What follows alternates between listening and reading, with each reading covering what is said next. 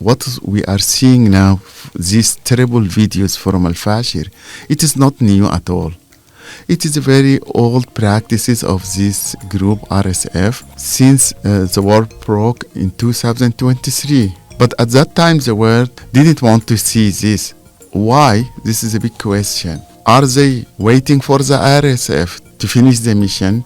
You're listening to In the Newsroom, and I'm Ezgi.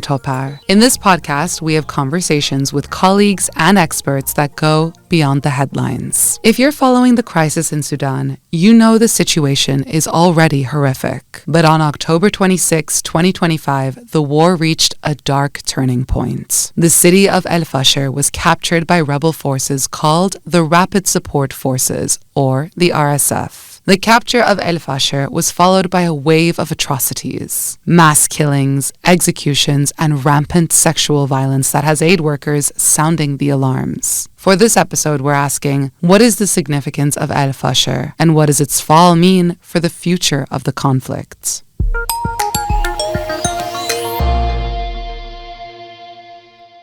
The paramilitary RSF has been locked in a war with government forces, the SAF, since April 15, 2023. As a result, tens of thousands of civilians have been killed, and over 15 million people have been displaced. Prior to the capture of Fasher, the rebels had enforced a strict blockade on the city, allowing no food or aid inside. Our first guest, Dr. Abdel Malik Elnaeem, the Directorate of Communication and Information Office at the University of Khartoum, and a former press advisor at the Sudanese embassies in Cairo and Paris, explains it further. The town of Fasher been sieged for more than 2 years. There is the rebels, the militia have sieged Fasher and prevent any products, any food, any medicine to enter to the citizen inside.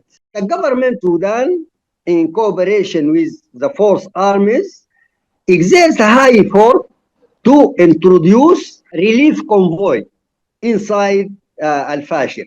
But the rebel interrupted them. More than 25 convoys from Khartoum and from the town of Dabba towards Fasher have been interrupted and not permitted to enter inside Fasher for the relief of the citizens. This is a situation. More than 255 attacks have been done from the rebel to Fasher. The rebel force prepares themselves properly with the support of mercenaries and attack Fasher from 5 sides and directions. So the force armies decided that to withdraw in order, firstly, to protect the civilians, and secondly, to prepare themselves to come back again to attack them. But once the rebels captured Fasher, the reports and images were horrifying. Rather than the civilians being protected, they were assaulted, tortured, and massacred. When the rebel enter Fasher, the first thing they do, they assassinated more than 2,000 persons from the civilian. Among them, 470 persons from the patients and co-patients and the medical team inside the hospital. All of them have been completely assassinated and killed. We saw large numbers of dead people, as well as injured people and those with amputated limbs. If you went to the hospital, you'd be shocked. People are brought to the hospital in groups of 50, 60, or 70 injured at once. We arrived in Fasher and found the city had fallen, and those who had goods with them were killed. About 8 were killed right next to me. The crimes of the rebel is genocide, crime of war, and violation, everything you can imagine, and something you cannot imagine, and all violation which considered in the international law as a crime of wars. The evidence of all these atrocities inside and around Fasher is actually provided by the RSF militants themselves. They have been sharing gruesome videos online, reportedly showing summary executions of mostly male civilians and ex-combatants, celebrating over dead bodies and taunting and abusing people. The International Organization for Migration, the IOM, estimates that at least 62,000 people fled El Fasher and its surrounding area. But aid groups also say the road out of El Fasher towards northern Darfur has become a death road, with anyone on it at risk of abuses by the RSF and starvation from lack of aid. The international outrage that ensued from these reports and the RSF footage prompted a response by RSF leader Mohammed Dagalo, known as Hemeti. I also observed some violations that happened in Al Fasher. From this moment, I announced the formation of an investigation committee. It is not merely talks. Now our committees have arrived at Al Fasher. Hemeti admitted that, quote, violations had occurred by his forces in El Fasher, claiming that investigation committees had been formed. But many human rights and aid organizations, such as the Sudan Doctors Network, described the situation as a true genocide, linking the RSF crimes in El Fasher to the systematic killing of 300,000 civilians in Darfur between 2003 to 2008. TRT Arabi executive producer Mohammed Alfaki takes us back to that time when the Sudanese government sent a foreign militia group to Darfur to quell a growing rebellion. Historically, Sudanese army, before even independence of the Sudan, when there was Britain in Sudan, they used to use militia if there is any domestic problems. So in 2003, the Sudanese government made a small group from these Arab tribes, mainly from Hemeti group, the leader of RSF now.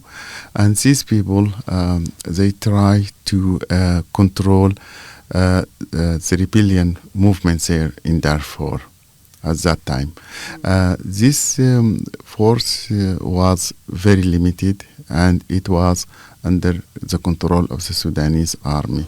But things soon spiraled out of control as this militia grew more powerful and more violent against the revolution. Back then, this militia, armed and supported by the Sudanese government, was known as the Janjaweed. Janjaweed, it is not an Arabic word. It's an abbreviation of Ajin, riding on Jawad, on horse, holding a gun of GM3. So these three Gs are Janjaweed. So people believe are not people. This is a sort of jinn. This is something like ghosts.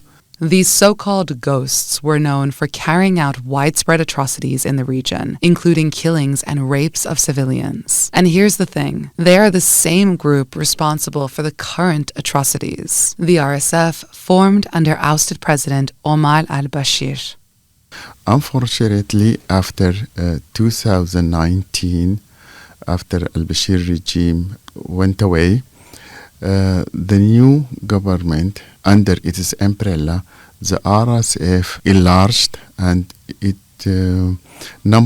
reached more than 120,000 fighters. So it's a very huge number. Today, Darfur makes up about 1/5 of Sudan's territory, but most of the country's 50 million people live in army-held areas. The RSF continues to gain traction. It now controls all 5 states in Darfur, while the army controls most areas of the remaining 13 states in the rest of Sudan, including the capital, Khartoum. But there's serious concern that the country could face a de facto partition, or that the conflict could spread further. We asked Dr. Elnaeem, what can we expect next if things keep continuing at this pace?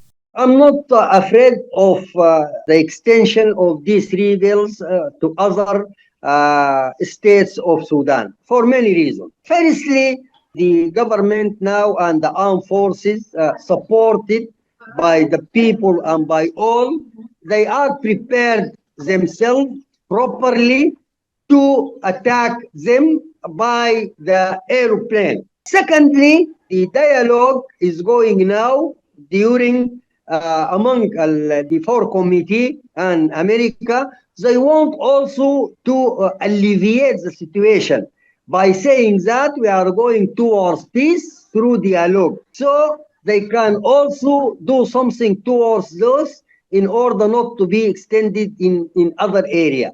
Thirdly, there is an interior conflict between these rebels through tribes, through groups, and they are now a battle. There is a battle which is other. This also will do a negative aspect for the rebel to extend their attack towards other states. So I can conclude that in Sudan, government and people, we are not afraid from the extension of this, and the government do a very high effort to stop them, but to liberate the Darfur region.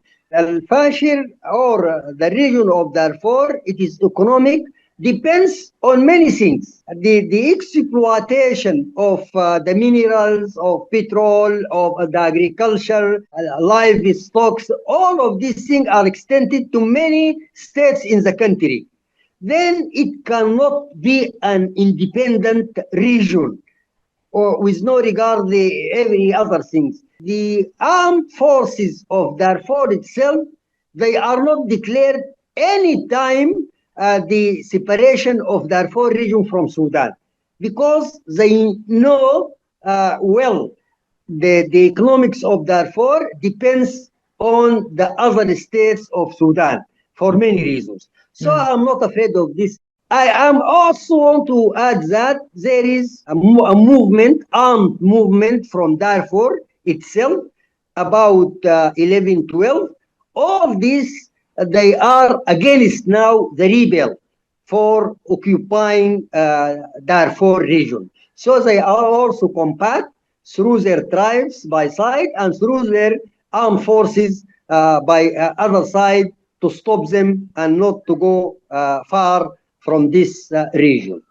Okay, so we've looked at the situation inside Sudan. Now we turn to its place in the global context. What is Sudan's current place in the world? Sudan has a country which has a very good potential, and then it has many to give to others, and it has many to give to take from others and exchange bilateral. The international relation is based now on the interest. It is not based on any other things. Interest, the common interest, can also push the situation of Sudan towards the world. What I can say in this point is the Sudan want from the international community to put in exercise its laws.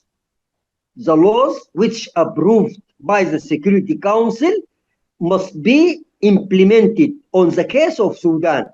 Genocide, the crime of wars, and violation, killing, assassinated, all these are crimes. Just we want to implement these laws from the international community and not want any others. Sudan have more to give, and this country also have more to give to protect the Sudan and also the African countries from this war, which can be extended to many other countries. Also, we have a call for the African Union, which till now frees the membership of Sudan in spite of all things done by Sudan. The African Union have a Council of Security and Peace. This war can be extended to whole Africa and threaten the African country. Then the African Union will be a passive to do anything when this war have been extended. On November 6, the RSF said it had agreed to a humanitarian truce that was proposed by U.S.-led mediator group, the Quad. The group includes Egypt, Saudi Arabia, and the UAE. But many observers argue that the conflict in Sudan is not a civil war, but a proxy war influenced by external powers. So, if outside powers are playing a role in fueling the war, should they also take part in building peace and stability? I think the response till now of the more countries and of the international community towards the problem of Sudan is very weak. And we need more support based on evidence. Now the government in Port Sudan exert a very high effort, firstly, to secure the necessities and the need of the Sudanese people who are now refugees and displaced inside the country and outside, and also to support the armed forces to liberate all the territory of Sudan, and also to find its way in the international community and international bodies and organizations to cast lights on these crimes. Now, the deputy of Sudan at the United Nations have presented yesterday a very good report, and he has put the points on letters directly, accused all the countries who supported these rebels, and declared the situation of the government of Sudan that she could not accept the conditions presented by the 4 committee by America and Emirat. So the situation in Port Sudan and in the government is very clear to all the world, and just we need the support from the whole world and the international community. This current conflict dates back to April 15, 2023, but it feels like only recently more and more media attention is being brought to what's happening in Sudan. Why were people not speaking about what was happening in Sudan more when it was first happening and throughout this period? I think the policy of the international media, Arab media, African media, European media, international media, United States media, they did not want to focus on the crime happening in Sudan because they want this project to be completed completely, and Sudan will be dominated completely by foreign forces. Mohammed echoes the sentiment that the world ignored the suffering of Sudanese and confirms that the horrific acts now gaining attention are part of a long-established brutal pattern. By the way, what we are seeing now, these terrible videos from Fasher, it is not new at all. It is very old practices of this group RSF since the war broke in 2023. That is why more than 13 million Sudanese fled out from their houses and displaced and being refugees out in Sudan in countries like Egypt. Most of the Sudanese there. Why they escaped? Because there was killing, there was rape, even in Khartoum town, even in Al Jazeera town. And this very terrible and horrible videos, we have seen it. In Wad al-Noura, it's a small village in Al Jazeera region. They killed more than 200 people in one night. And in any place RSF controlled or captured, it's looted the houses, it killed people, and but at that time the world didn't want to see this. But there is a lot of reports has been presented to the Human Rights Commissioner in the United Nations, but nobody wants to see this. Why? This is a big question. Are they waiting for the RSF to finish the mission? Is there any project in Sudan for demographic change? And now, after Khartoum, the capital, has been returned by the Sudanese army, it is very difficult for the Sudanese people to go back. Why? Because everything has been destroyed. There is no water, there is no electricity, and the houses of the people has been looted. And even those who are trying to return back, they couldn't, and they're facing a lot of problem. What Mohammed describes is the physical destruction Sudanese civilians have endured. Homes looted, towns razed, millions displaced. But beyond the loss of life and livelihood, the war has also deeply shaken a sense of identity, especially among the country's youth. For many young Sudanese, this conflict is not about territory or politics. It's about the very existence and future of their nation, as Dr. Elnaeem explains. How is young Sudanese viewing what's happening in their country? Yes. Nowadays, they discovered that this attack is an attack from outside against the identity of Sudan. It is presence, and not it is the war against the armed forces or against that political party or other. Because now the Sudanese young have been displaced, refugees, and they lose even their studies at the university because of this very bad war. So now our lectures, our lessons to them, this attack is not for a political party or for a government or for the armed forces. It is for the Sudan as a country.